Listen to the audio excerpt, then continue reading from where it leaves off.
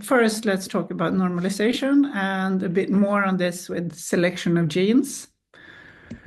So I will do a brief intro, talk about normalizations and transformations, different types of confounders, and selecting genes.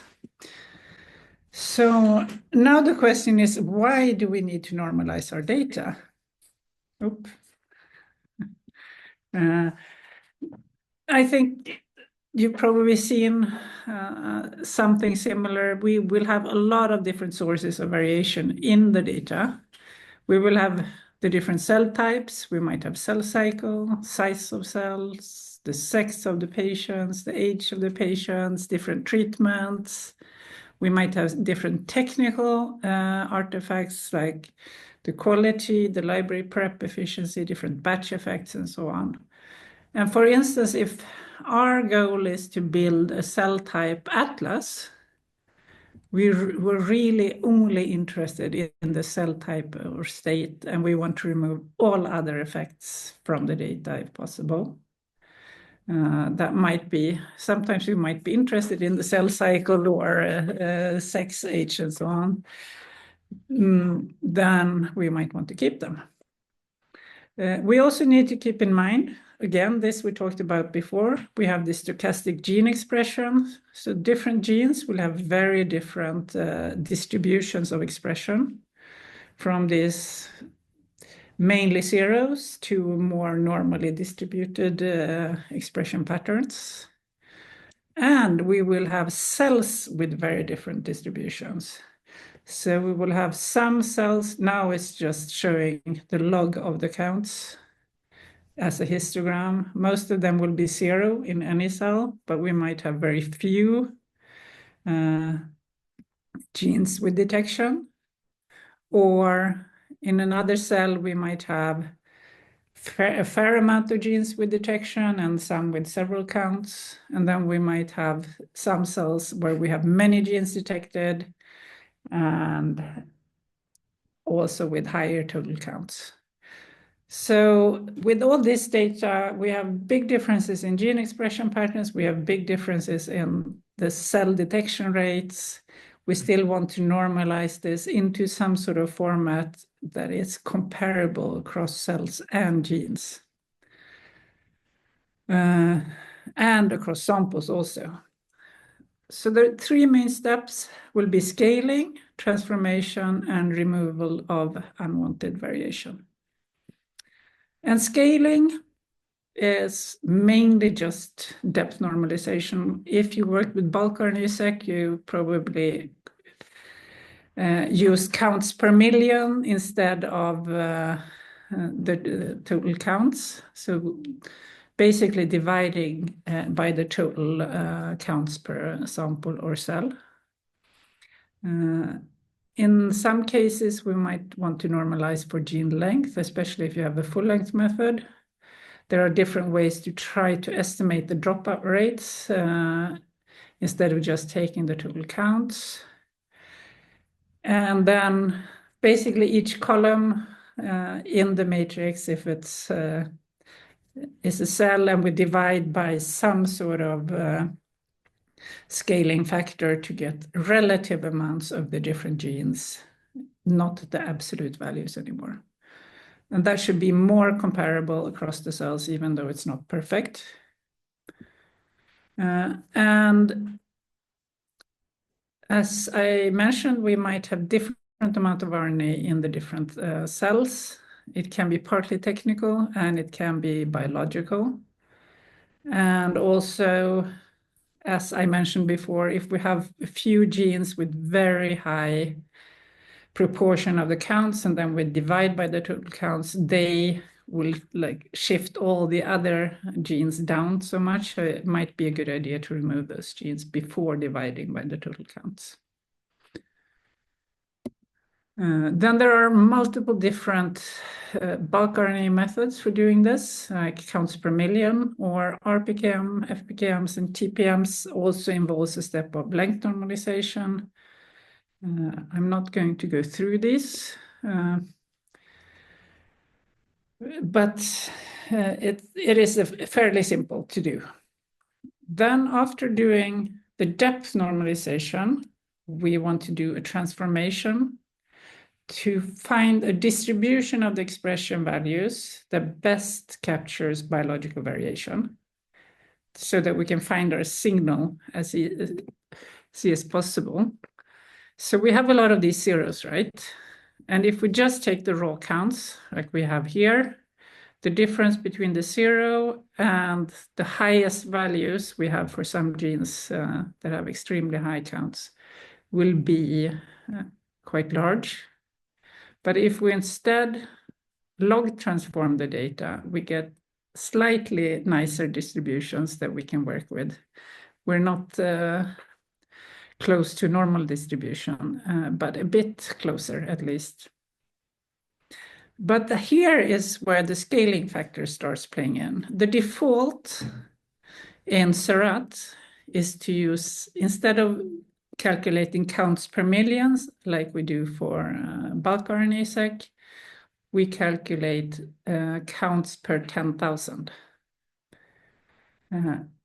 So we do the relative counts is the count for each gene divided by the total counts for that cell times the scale factor.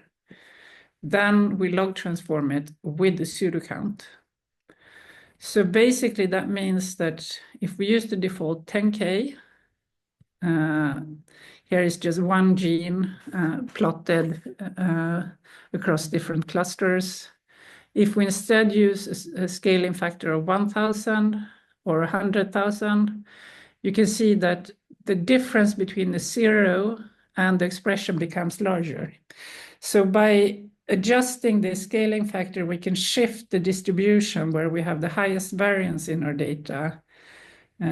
We can do the same by changing the pseudo factor, the pseudo count, that will sort of have the same effect. So the relationship between the scale factor and the pseudo count will shift the dispersion of our data from more lowly expressed genes with lower scaling factor to more highly expressed genes with a larger scaling factor. And this is, it's not really clear what's the best choice here.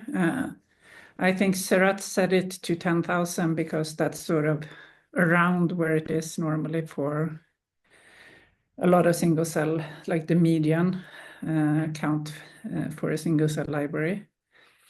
In SCAMPy, they take the median of the actual data set that you have. And there is some issue that if you then have multiple different data sets with different scaling factors, it's hard to compare them. There are other transformations that are being used, but not so commonly. But the square root transformation or hyperbolic sine and so on are being used in a few papers and so on. Several of these different bulk RNA-seq methods for transforming your data are also being used for single cell purposes, and I would say they work fairly well also. In some evaluation, like Limma-Voom or VST has been shown to work equally well as some of these single cell specific methods. So just to show you slightly how this works in practice in the different toolkits, when I say log norm, it's basically normalized and then log transformed. And just divide by sequencing depth times the scale factor and then log transform with the pseudo count. In Skater, there's the normalize function. And we have, there they actually do counts per million for some reason. But in Seurat, they use the scale factor 10K. In SCAMPy normalized total, the default is to set it to the median of all cells. It could be a good idea, but it could also be problematic if you want to compare across cells. It also doesn't do the log transformation in the same function, so you need to then run the function log1p after normalized total.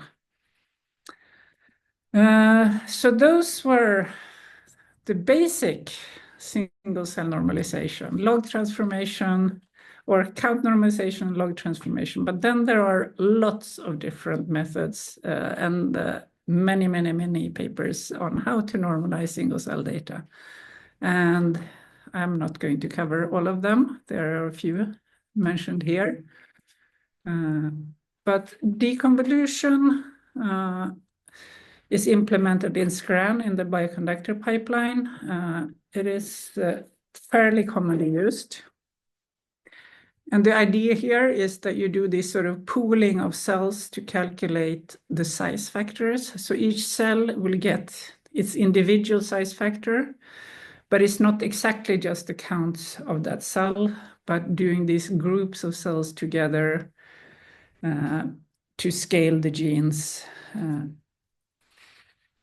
And it, in some tests, is shown to have better, especially better performance for differential expression when you do this kind of individual size factors. So that's basically done with this compute sum factors function in SCRAN. You can do it with the fast clustering first. So you cluster first and then you run the compute sum factors. Or it will randomly select groups of cells. It also removes low abundance genes before running the counting the size factors. Then there are some issues that these global scale factors, that we apply the same sort of scaling to all genes, will sort of force the lowly expressed genes to be overcorrected, and the highly will be undercorrected if we look at their distributions. And there's also a bigger difference than between the high and the low and total count cells. So instead, these sort of regression-based methods like SE-norm or SE-transform are trying to address this issue. So I will show some slides from SE-transform, where we have, here they're basically showing what it looks like, the gene expression patterns for different gene groups. So if we say we're just splitting the genes into genes with low mean expression and high mean expression. If we look at their distribution of total UMI counts here, or after log transformation, you see that for the really high-end gene group, you get this sort of weird behavior that they actually get lower values after the normalization. Also, if we then split the cells into low to high-end number of counts and see how much the different gene groups contribute to variance in the different cells, we can see that the high-end genes contribute to a lot of the variation in the low-end cells to make it complicated. So we want this basically to be more flat and comparable. And that's what they're showing that they're doing with this SE-transform, which is basically a kind of regression to a negative binomial and taking the Pearson residuals of that regression. So instead of having, now in the end with this whole transformation, we have values that are not really easy to interpret, but they still describe the variation in our data in a fairly good way. Yes? So this would be done after we normalize the data by sequencing depth, right? No, it's done on the raw counts. It's not on the raw counts. Yeah. And then what it does is it normalizes by sequencing depth and also normalizes. No, it doesn't do normalization by sequencing depth. What it's doing is basically fitting a regression of the count of each gene to the number of UMIs per cell. Mm. So if we have here the total cell UMI versus the gene UMI count, fitting a line and regressing to that. And in the end, you end up with these residuals instead of, so we'll end up with values that are actually between negative to positive, scaled around 0. Mm. So it's not really, you can't even like translate that back to like any sort of normalized counts or anything. I see. But then they actually have a method to try to estimate the counts based on this, which is I wouldn't really trust those counts as real counts anymore. Maybe it's better to stay in the residual space if we're converting it. But that's maybe my personal opinion. Also, did that answer your question? Yeah, but I'm not really sure because you say that it's not really normalizing by sequencing depth or anything like we've talked about previously. But if I do SC transform on the on the raw counts of the Surette object, how am I supposed to proceed? Like, how am I supposed to think of these counts? Oh, it's not counts really. But the thing is that we're regressing about total number of counts. So in a way, you can see it as a normalization by total counts because that's what they're regressing towards. Oh, I see. But it's still you can't see them as counts anymore. You can just see them as these sort of fuzzy residuals that you cannot really interpret as anything else than some sort of variation in your data, right? Yeah. Okay, let's continue. So what you should keep in mind also, if you're running SC transform, it selects variable genes in a different way than Surette does.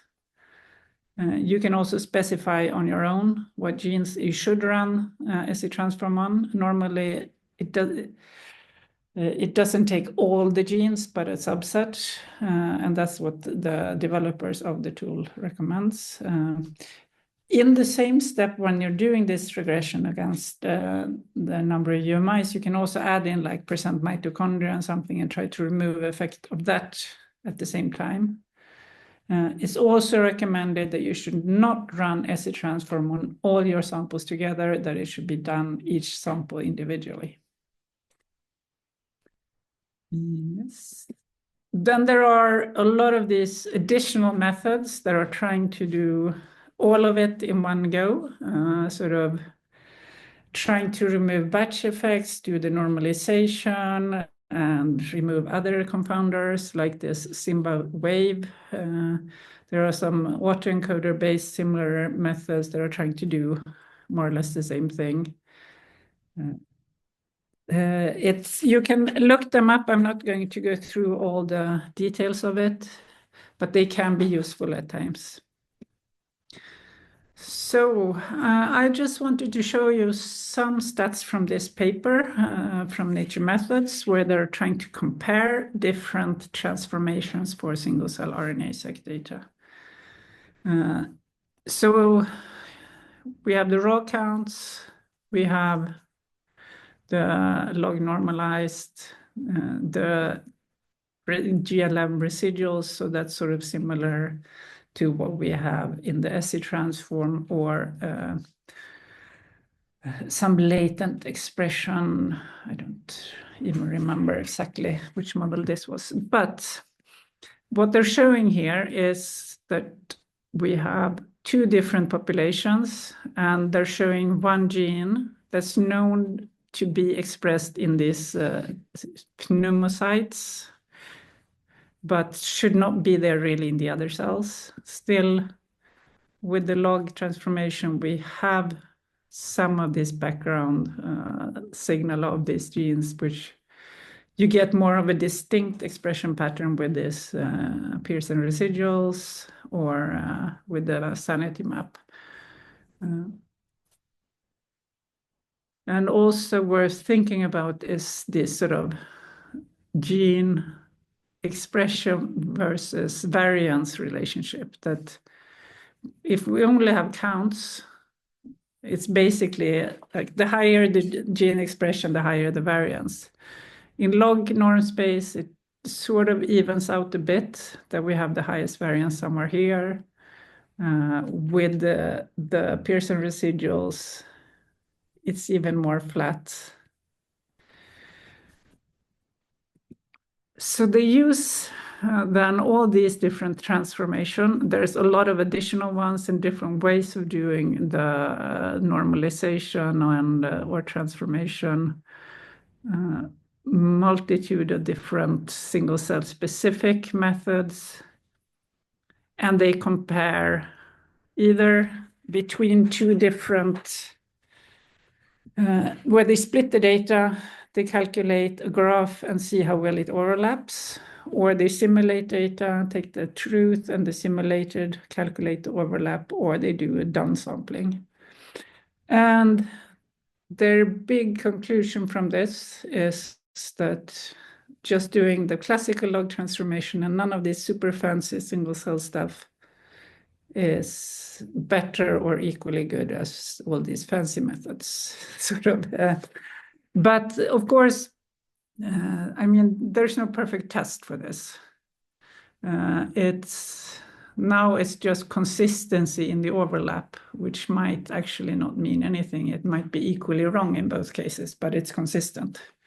And the simulations, you never really know either how well they work. But at least I would say log transformations works fairly well. Another sort of evaluation of this is for differential expression. And this is quite an old evaluation, so they don't have so many different methods, but sort of what they show in this case is that if you have few differentially expressed genes and it's sort of symmetric, that you have equal, so if you're comparing cell type A to B, that you have sort of 2.5% is up in one cell type, 2.5 is up in the other cell type. It doesn't matter so much how you normalize. But when you come to high amounts of differentially expressed genes, like 20% of the genes are differentially expressed, and it's not symmetric, that is mainly up in one of the cell types, then it starts to matter quite a lot how you normalize the data. And you might get really weird results from this. But then it looks like this more classical. Now it's sort of this deconvolution method or just doing log transformation that is more stable. I just want to mention this with imputation. There's been a lot of papers suggesting that we should impute the zeros in single cell data. And there's a lot of published methods for it. There could be some use in some cases, but it's also a big risk that the first assumption you make for borrowing information across samples strongly will affect the downstream results you will have. Because if you make any assumptions you make in that step will force your data in whatever direction when you impute the data. And it's been shown also that you can get sort of false correlation with a lot of these imputation methods that are not really there in the data beforehand. So I would be cautious about imputation in single cell data and read up more on it if you want to work with it. So that was normalization by depth. Then in many cases, we will also scale the data. So everything when it comes to depth normalization is more on the cells. but we might want to also do normalization on the genes. When we do SC transform, for instance, it's sort of done both in one go. But before running PCA and a lot of other analysis tools, it's a good idea to center and scale the data. So basically, we transform it to a mean of 0 and a standard deviation of 1 so that the genes are comparable across different expression levels. So what should you do with your data?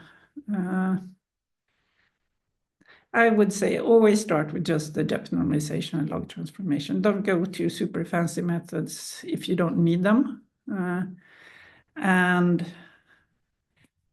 maybe it's on differential expression that you will have the biggest issues when it comes to what normalization you're doing, and especially if you have very different sequencing depth between samples that you're trying to compare.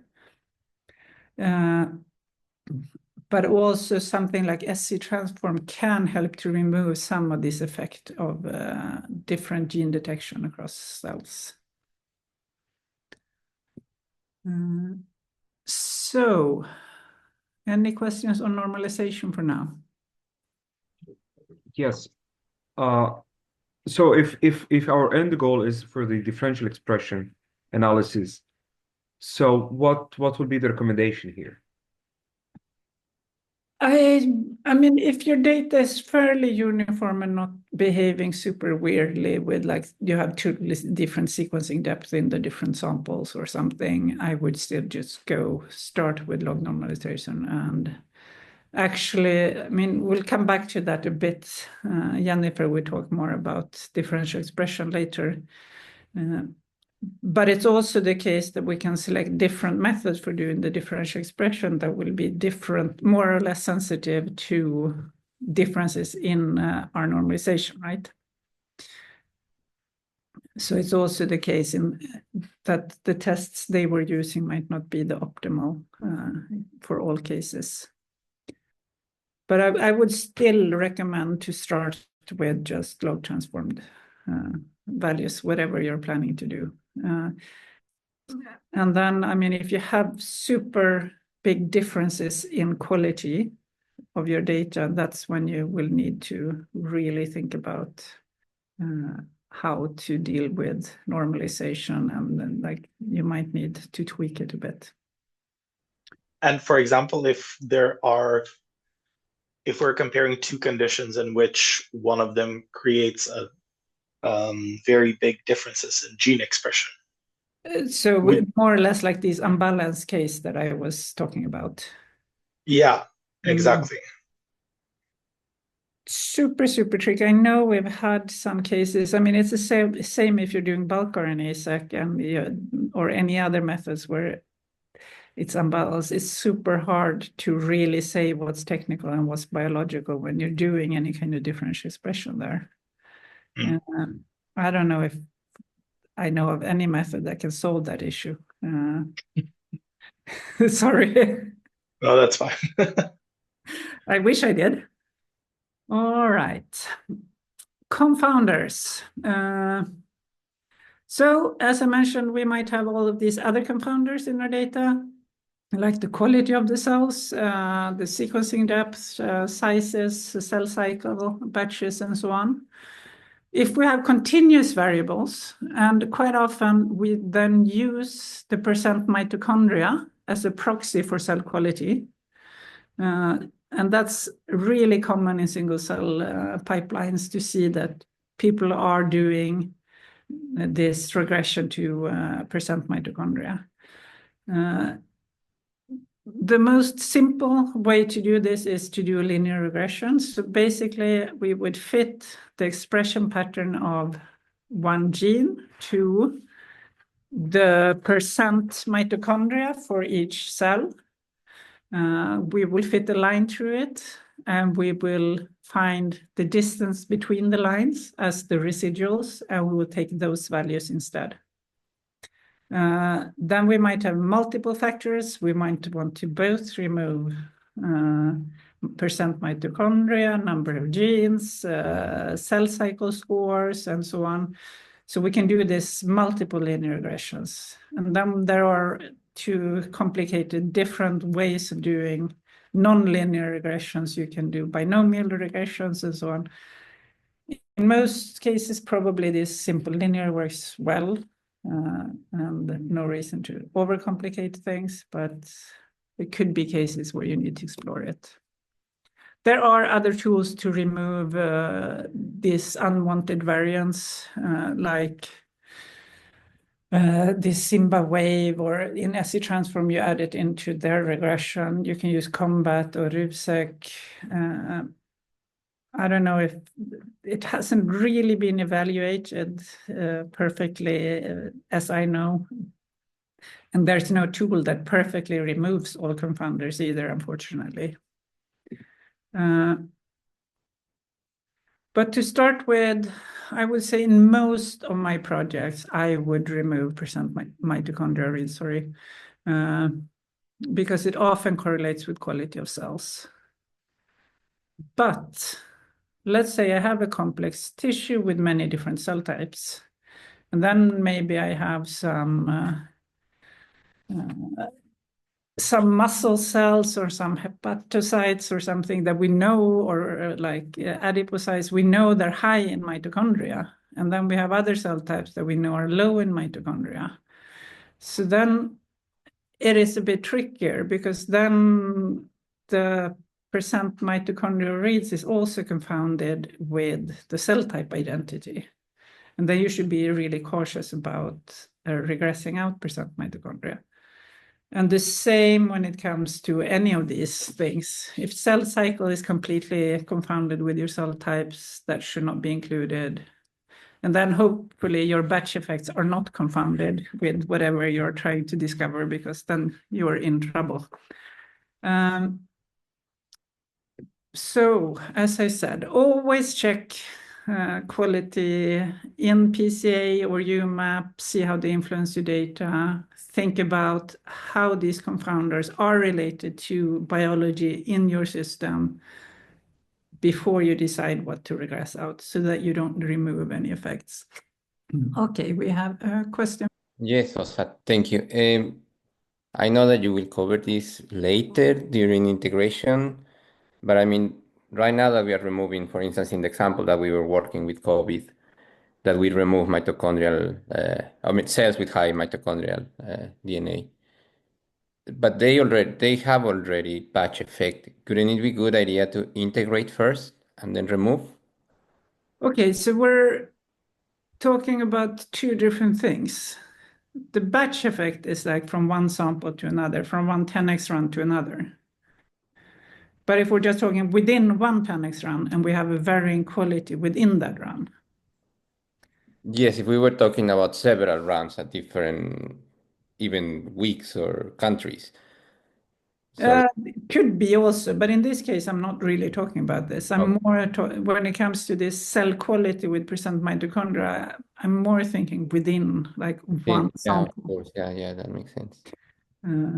But of course, it's also cross samples, and if you're combining like a lot of experiments with like different technologies, even then percent mitochondria will be completely different across technologies or yes, exactly. labs and so on. So then could it be good to integrate the data first, more or less to normalize the variation too, and then just cut off everything that is kind of... I would rather do the other way around, to first try to remove these technical confounders due to cell quality, especially if you see in like your PCA or UMAP that a lot of the variation in your data, what's separating your cells, is a lot due to quality.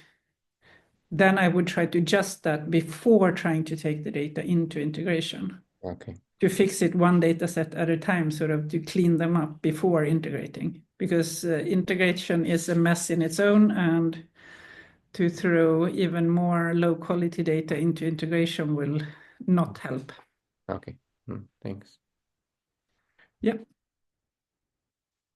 So just quickly, again, how to run this in the different toolkits. In Seurat, we have one function for scaling and regression in one go. So the scale data does the Z transformation, and then we can add these vars to regress with 3 different options of different models with the linear regression as default. In Scran, we first do a fit with the trend var function. And there you can also add in a design matrix with blocking factors. And then we do the decompose variance and denoise PCA to remove the variance. And Scampi has pretty much the same implementation as Seurat, but in 2 steps. First regression and, then scaling. But then quickly about cell cycle, you probably would expect a lot of variation in a pool of cells from the same cell type just due to cell cycle. I mean, you can imagine they go from twice the size, so we'll have a lot more RNA in a cell just about to divide to one that just divided. You also have a lot of genes that are related to the cell cycle signal. This is from one paper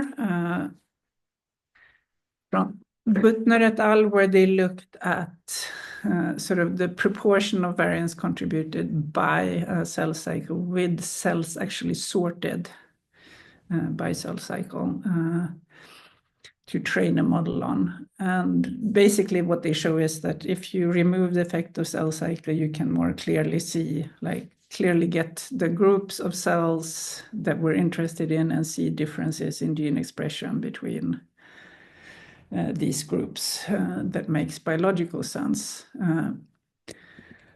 And you can use the cyclone function in Scran that is trained on these mouse cells that are sorted by cell cycle. And it uses relative expression of pairs of genes. While in Seurat and Scampi, they use a similar scoring function, just building on a known list of known human cell cycle genes. And I know from some evaluation we've been trying to do that cyclone, in my hands at least, worked better on mouse data, and the Seurat function worked better on human data. So just translating the gene IDs from mouse to human still didn't work as good, but that could also depend on the cell types and so on. None of these functions are perfect. They're just predictions. And it also depends a bit on the context of the cells. So for instance, the cells we have in the tutorial, when you predict cell cycle on them, the scores will look like this. We have a list of S-phase genes, and we get an S score, and then we have a list of G2M genes, and we get the G2M score.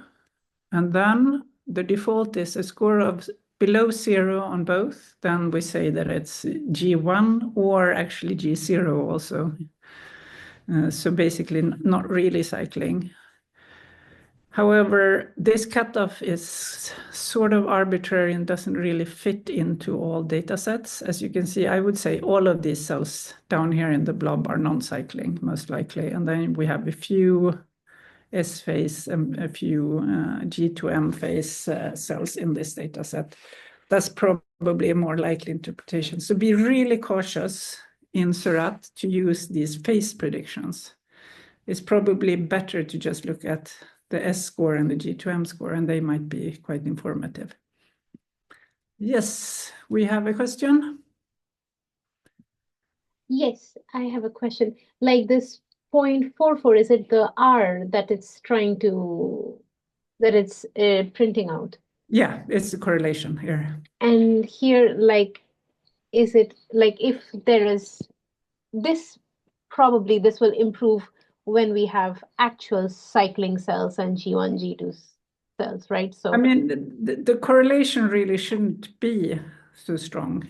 Okay. Because we shouldn't have cells that have both a high G2M and a high S. Okay. It's just like the Surratt function for doing scatter plot always plots the correlation on top also. So it's in principle, you would expect over here a bunch of G2M cells, over here a bunch of S cells, and down here the non-cycling, more or less, if it was like super clean predictions. Okay. Thank you. I was wondering, how would freezing of cells influence this? Because I can imagine it homogenizes a little bit the population with related to cell division, or I don't know how much. I actually don't know. I mean, you freeze them at a specific point of cell cycle. And hopefully that signal will still be there once you get them. You thaw them and then you run the experiment. If the time is short enough to not completely change the transcriptional signal, it shouldn't matter so much, right? yeah, I was thinking when you freeze them, you put them in sort of resting state. Oh no, but if you snap freeze them, yes, they will not but have still, time to change transcriptional program in that time, right? but I mean, if you use frozen samples that have been frozen for a long time. But it's still like they don't change transcription while they're frozen in -80. So the time, I mean, it's more the time from when you thaw them and what you do with them after thawing, if they're actually alive and can't transcribe anymore. That Okay. would matter, I would say. Okay. At least that's what I believe. Okay, thank you. So then we might want to remove the effect of cell cycle. In some cases, it helps quite a lot to find the biological signal you're looking for. If only cell cycle is like super strongly driving the variance in your data. So then we can either take just the S score and the G2M score and regress against that, or we take the difference between the S minus the G2M has been shown in some papers to be a bit milder. There's also a risk of removing the cell type differences with this regression. So you should try a bit with them without cell type regression, try to figure out what to do. There are several methods out there that are designed for removing cell cycle variation in more sophisticated ways, but I haven't really seen them being used in anywhere outside their papers, more or less. So I don't really know how well they work. I should say also, if you're working with tumor data, this with cell cycle signal is often super, super strong in the tumor cells, but also super, super hard to remove because it sort of overshadows everything else. Okay, that was it on removal of confounders. I will continue a bit with gene selection. How are we on time? Yes. So the most common thing is to select highly variable genes. We want to improve the signal to noise ratio, basically take informative genes and remove the noisy genes. But also a big reason why we do this is that we want fewer genes. So then we'll have smaller matrices.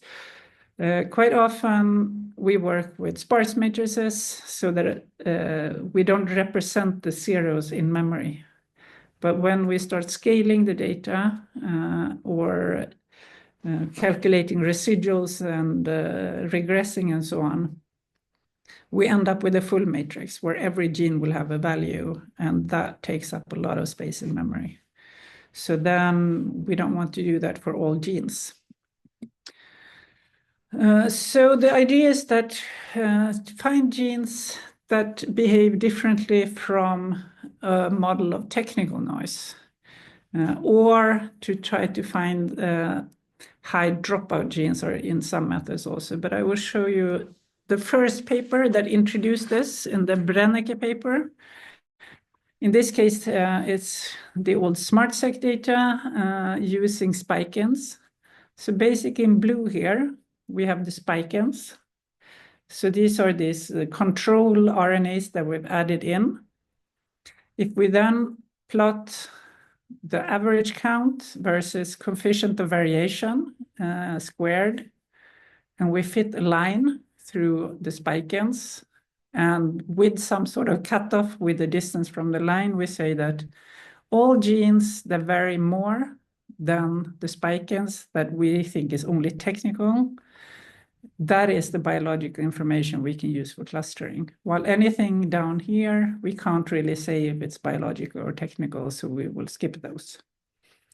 Now, of course, now we don't have experiments with spike-ins, but it works quite well to just do the same sort of curve fit to all your data, finding sort of the mean and then taking whatever has high variance above some sort of fitted line. And these different toolkits will do it slightly differently. In Seurat, we have this function, find variable features. The default now is this VST method. So basically, it takes your data, it fits a line to the variance versus the mean in log space, and then does a regression to standardize the variance across all of them. And then because normally if you have the real variance and not the standardized variance, it will be higher for lowly expressed. But if we instead have the coefficient of variation where we divide by the mean, it will be higher for the low end here. And the standardized then will find the genes that vary in what we believe to be a biological signal. Also, yeah, I mentioned this. SC transform uses instead a Pearson residual based, and also that VST is not run on the log transform values. In SCRAN, we model the gene variance, and then we get the top variable genes from that in a very similar way, but it's more the dispersion in log space. It will be slightly shifted more to more highly expressed genes when we look at the list of them. But in general, it's a very similar procedure. What's also different is that we can add in blocking parameters here. So we can actually say that we don't want the batch effect genes if we have multiple samples in our data set. We want the variable genes regardless of batch effects. And similarly in ScanPy, it implements all the same methods as in Seurat. And there we can also add in batch key when we calculate the variable genes. Otherwise, it's quite similar. So then, how to know what's the best way of selecting variable genes? There have been a few papers trying to compare. I mean, in this case, it's just taking a data set and see how well you can do clustering after selecting different sets of genes, and then with and without SC transform normalization. And it seems like this VST that they're using now in Seurat is working really well, especially with log normalization. So it's probably what to recommend. There's another test in this paper where they're trying to evaluate integration instead. And also how well stuff integrates, but also how it conserves the different biological clusters and detecting novel clusters and so on. Here, they're comparing two differential expressed genes for each cell type, which should be the perfect way of separating your samples to different ways of selecting variable genes. And VST is also getting a very good score here. So then the big question is, how many genes should we select? So you have to also then think about your data. How much variation do I have in my data? Do I have one single cell type? Then I probably don't have like 5,000 genes to explain the differences between subtypes in my data. But if I have many cell types in my data, I might have more genes, and I should probably include more genes. So it is a bit of a trade-off. They actually evaluated that also in this paper for the optimal set of genes for integration with a bunch of different data sets and then all these different ways of selecting the variable genes and so on. And their consensus is somewhere here around 2,000 genes is probably the best. You get the absolute best integration with 200 genes, but you lose pretty much all your biological signal. So that's not super useful. So around 2,000 seems to work well, but I would say if you have super complex data set, go a bit higher than 2,000. So to conclude, normalization can affect differential gene expression. There's a lot of different methods to remove unwanted variants. And it can be quite important to get good separation of your data. You should always do selection of variable genes. And then the number of genes might differ depending on your data set. Seems like VST is working well. And as normalization is such a big issue, you should always aim for the same sequencing depth in all your samples to at least avoid having that as one of your big confounding factors in your analysis.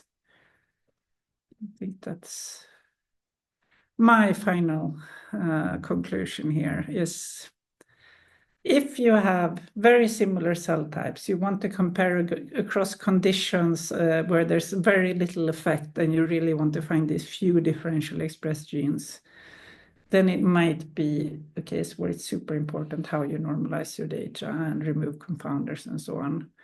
But if you have like super distinct cell types and you just want to cluster and find the distinct cell types, then just use the standard pipelines and don't worry too much. You will find your signal regardless of what you do. I have a question regarding selecting of this high variance genes. Yeah. Suppose from my bulk RNA-seq data, like I have a same cell type, but I have two different conditions, and I already know like which are the differentially expressed genes in the two conditions. Can I incorporate them in this? Can I select them for the normalization per se? Yes. Or yes, you can for sure, and that has been done. I mean, sometimes people select like all immune type genes or bulk RNA-seq differential expression and so on, and then take that to cluster your data. What you need to be really cautious about is that you're sort of biasing what you can detect based on that, so that there is a slight risk that you're missing some important information that's in your single cell data that was not there in your bulk data due to the selection. So you should try both. okay. Just to make sure that you're not biasing your results, I would say. And if you have like 2-3 conditions, in that case, should I go for like 200 high variance genes, or like should I also try to plot as a scree how much variations do I obtain? It's tricky to say. I mean, it's hard to say because just because you have many different conditions doesn't mean that you have a lot of variance in your data, right? Yeah. We have sometimes experiments where they did some drug treatment and you see changes in 2 genes. So then you don't need 5,000 genes to see the differences between the conditions. So there's no way to say, like, depending on how many conditions, how many genes you should have. Okay. Thank you. You'll have to explore it a bit in your data.